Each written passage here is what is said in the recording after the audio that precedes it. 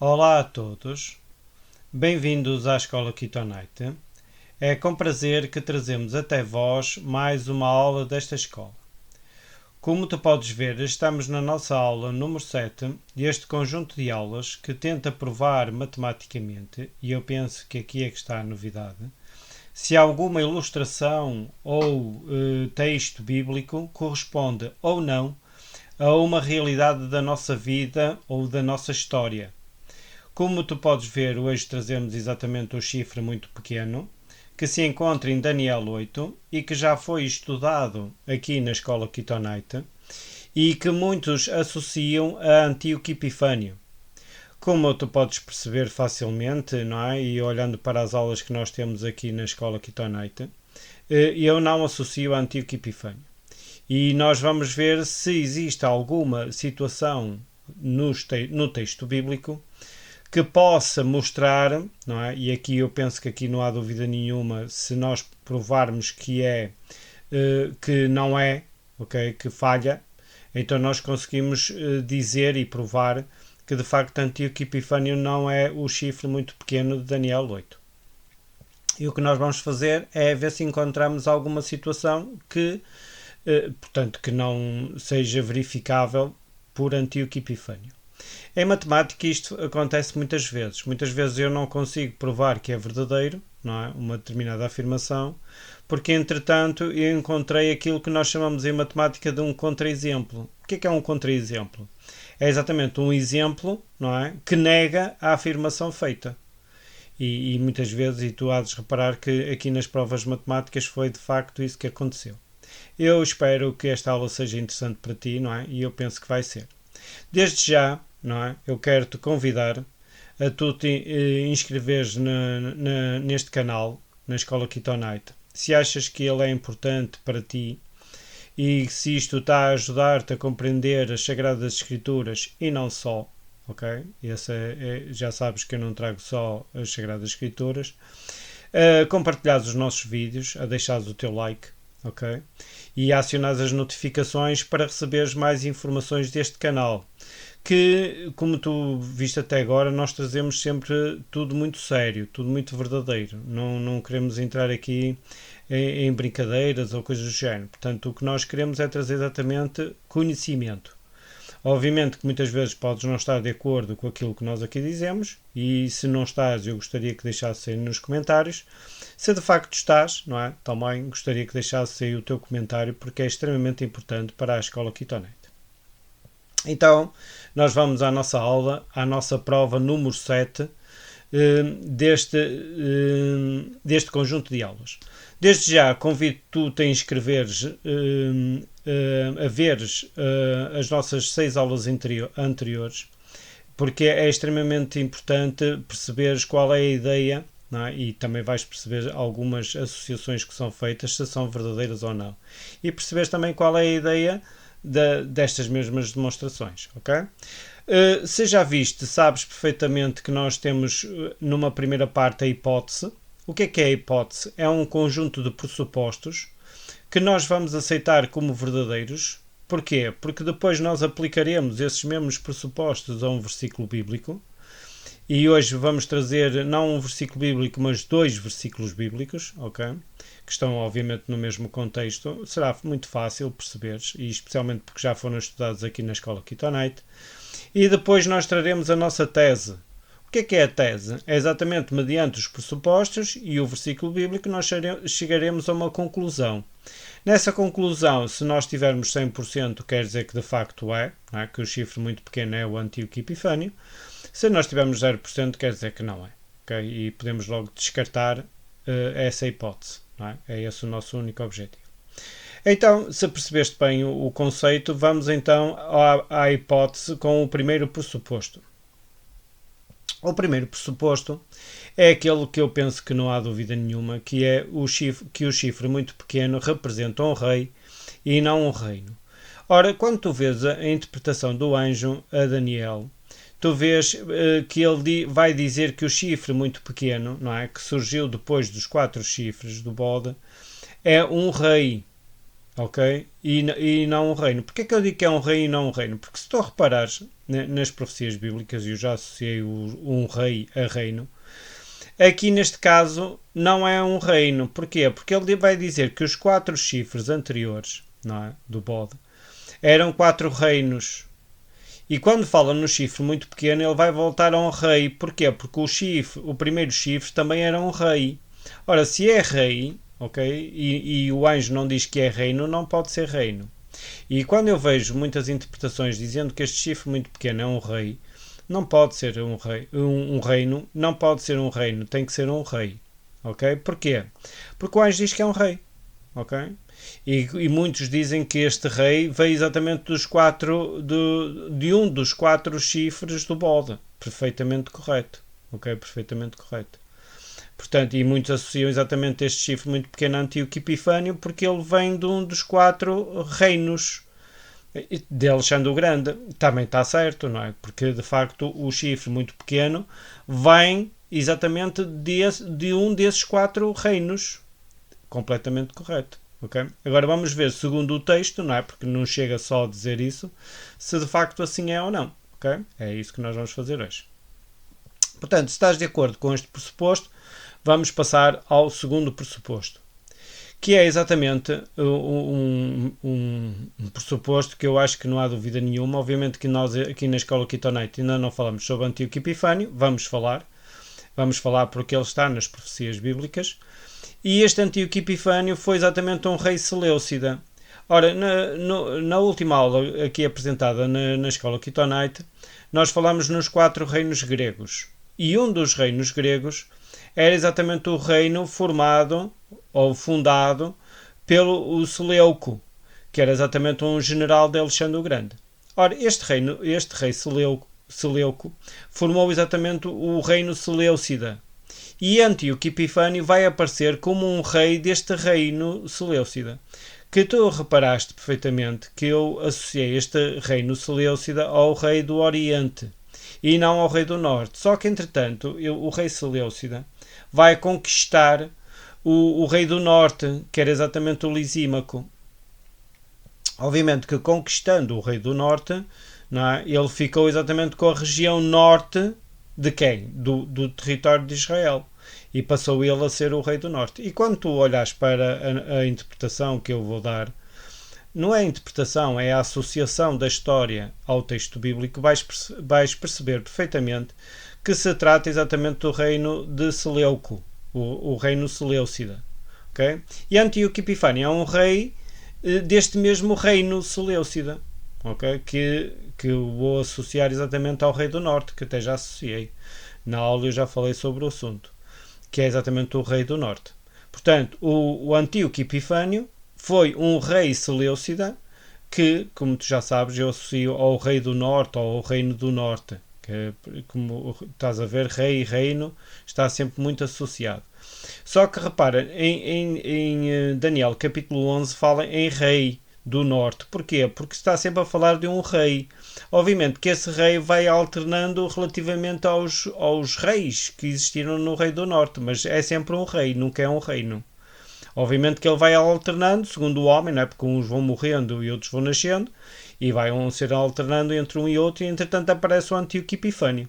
Nas profecias, ele está perfeitamente em Daniel 11, não há dúvida nenhuma disso. Agora vamos ver se de facto é o chifre muito pequeno ou não. Okay? É esse o nosso objetivo de hoje. A terceira hipótese é aquela que eu também já falei aqui na nossa aula, onde falamos sobre os 5 reis persas, e eu convido-te a ver a nossa 11ª aula da teoria 3.6 Keren, onde nós falamos exatamente sobre a mensagem do capítulo 11 de Daniel, e que ele é uma interpretação do capítulo 8. Porquê? Porque Daniel, no capítulo 8, ele termina dizendo que ele contou a visão a outras pessoas, não é? E que ninguém compreendeu a visão, ok? Porque muitas vezes, e aqui deixo uma salvaguarda, não é? Quando muitas pessoas aparecem dizendo que tiveram visões de Deus, e outras pessoas dizem assim que não pode ser porque não é um profeta, quer dizer, então Daniel também nesta altura não sabia se ele era profeta ou não, não é? E repare, quando ele conta a visão aos seus colegas, eles podiam ter dito assim: olha, mas tu não és profeta, tu não viste nada, está bem? Obviamente que devia haver pessoas com essa ideia, não é? Só que só depois, mais tarde, é que se veio provar que de facto que ele era um profeta, não é? Porquê? Porque repara, quando Daniel teve a visão, ele diz que contou aos outros e ninguém entendeu, nem ele próprio. Quer dizer, obviamente que podiam pensar, não é? Que Daniel não era um profeta, mas quando eu olho, por exemplo, para as profecias de Daniel, não tenho dúvidas nenhumas que ele era um profeta. Porquê? Porque elas se cumpriram ao longo da história, não é? Portanto, se cumpriram na sua íntegra, sem margem de erro, então ele só pode ser um profeta. Não é? Tão simples como isso. E quando vem o anjo ter junto de Daniel no capítulo 11, que já sabes quem é que eu associo, não é? A um príncipe, ele vai explicar a visão que ele tinha tido no capítulo 8. Ora, quando ele vai explicar, não é? Ele vai dar uma interpretação. Ora, não pode ser interpretado. Tá bem? Portanto, tens que levar tudo à letra. E é esse exatamente o nosso quarto pressuposto. Se estás de acordo com este pressuposto, vamos passar ao nosso quarto pressuposto. Que é aquilo que eu digo sempre, não é? Que nós não podemos interpretar uma interpretação. Ora, se o capítulo 11 de Daniel é uma interpretação, nós não podemos interpretar o capítulo 11 de Daniel. E eu convido-te mais uma vez, tu a vez a nossa quarta aula da teoria 2.8 de Yahvé, onde eu falo sobre o assunto, não é? Em que nós não podemos interpretar uma interpretação. Porque se nós interpretarmos uma interpretação, não é? Como a interpretação está correta, nós vamos estar completamente errados. Não é? E como tu vais ver ao longo da minha interpretação do capítulo 11, eu vou só associar a história ao capítulo 11. Não vou dar qualquer tipo de interpretação.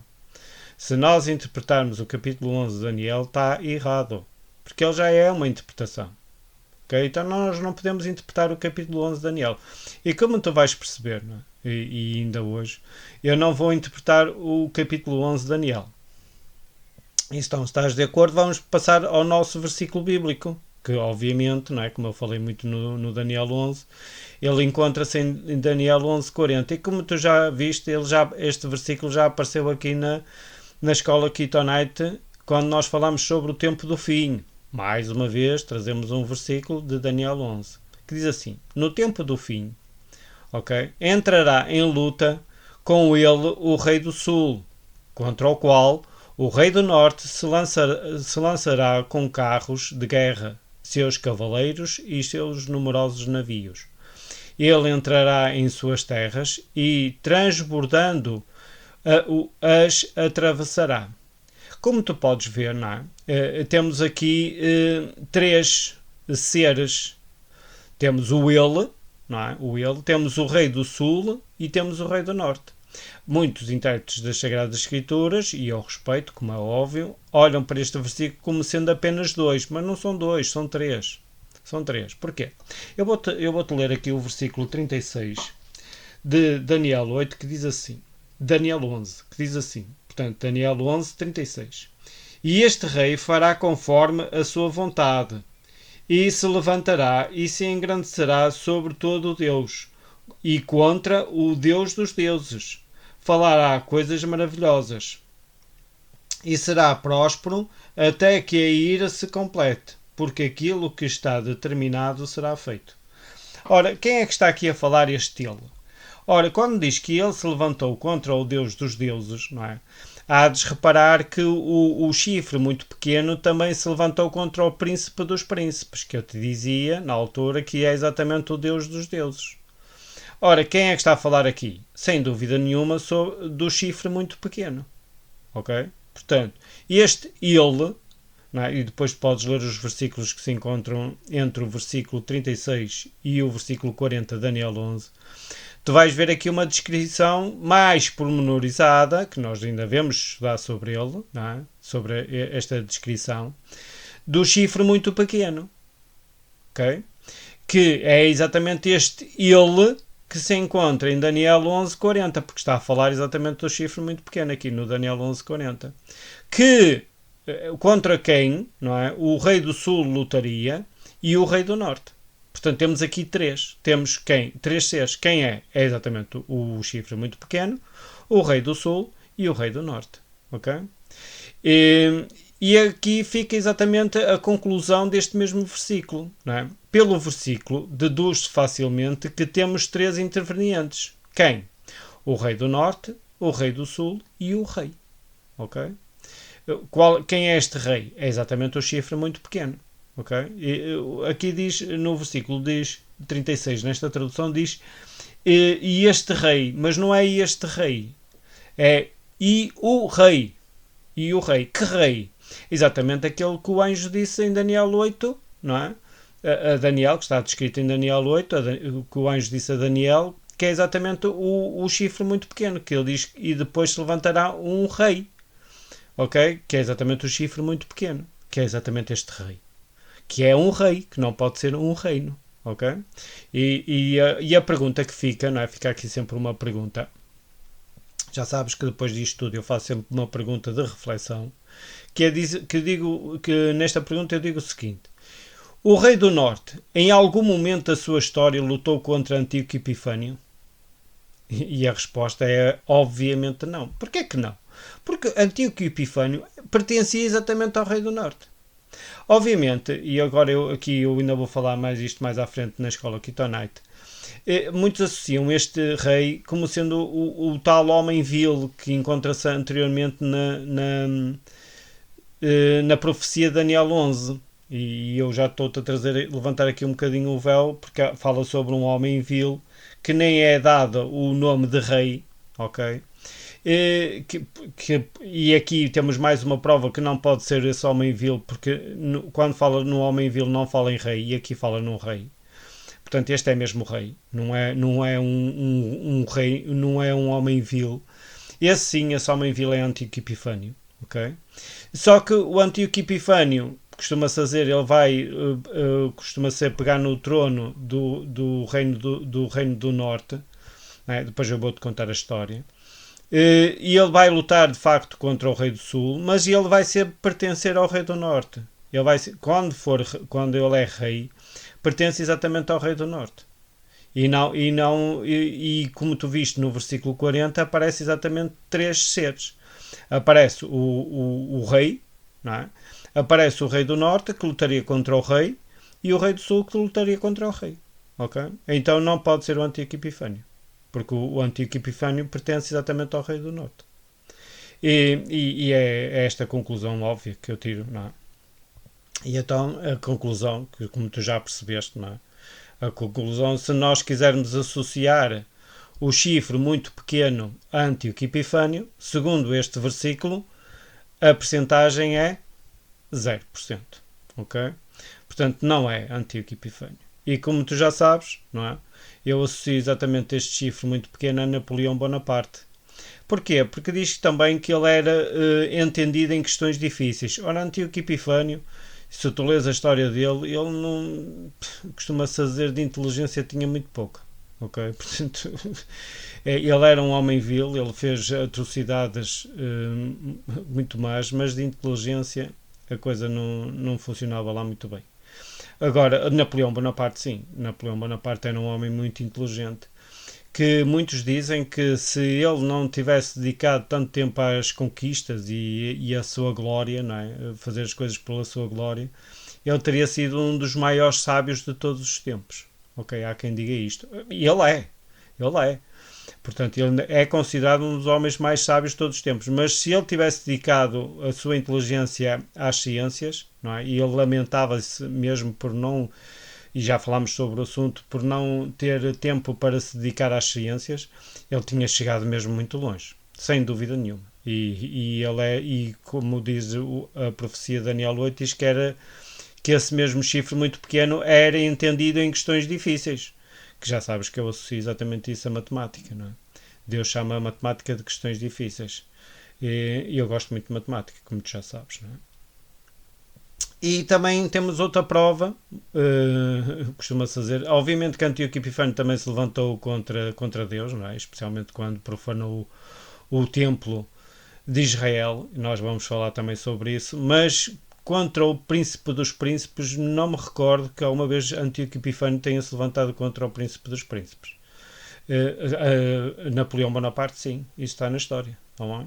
Quando Alexandre I diz a Napoleão Bonaparte E eu já estive a verificar novamente se isso corresponde à verdade, e a verdade histórica é contundente nesse aspecto, que Alexandre I virou-se para Napoleão e diz: o homem propõe, mas Deus é quem dispõe. Palavras sábias, como já sabes, que eu já falei sobre o assunto. E Napoleão vai dizer: eu proponho e disponho. Já foste, quer dizer, estava-se a colocar no lugar de Deus, não é? Ou até mesmo superior a Deus. Deus não tolera, não é? E foi quando ele se colocou no lugar de Deus, não é? De subir até ao Deus dos deuses, não é? Que está exatamente no versículo 36. E se engrandecerá sobre todo o Deus e contra o Deus dos deuses. Eu penso que foi aqui que se levantou contra o Deus dos deuses, e aí foi a sua, costuma-se dizer, a sua queda, não é? Que a partir daí o seu império, não é? Começou a cair. E que de facto isto possa servir para a nossa edificação espiritual. Já sabes que nós nunca nos devemos colocar no lugar de Deus. Deus não tolera quando um ser criado se coloca no seu lugar, porque ele é o único que não é criado, portanto ele é o Criador. E portanto quando isso acontece as coisas não correm nada bem. E eu continuo a dizer, que é a máxima que eu tenho na minha vida, que se nós nos humilharmos, okay, Deus nos engrandecerá. Se nós nos engrandecermos, Deus nos humilhará, ok?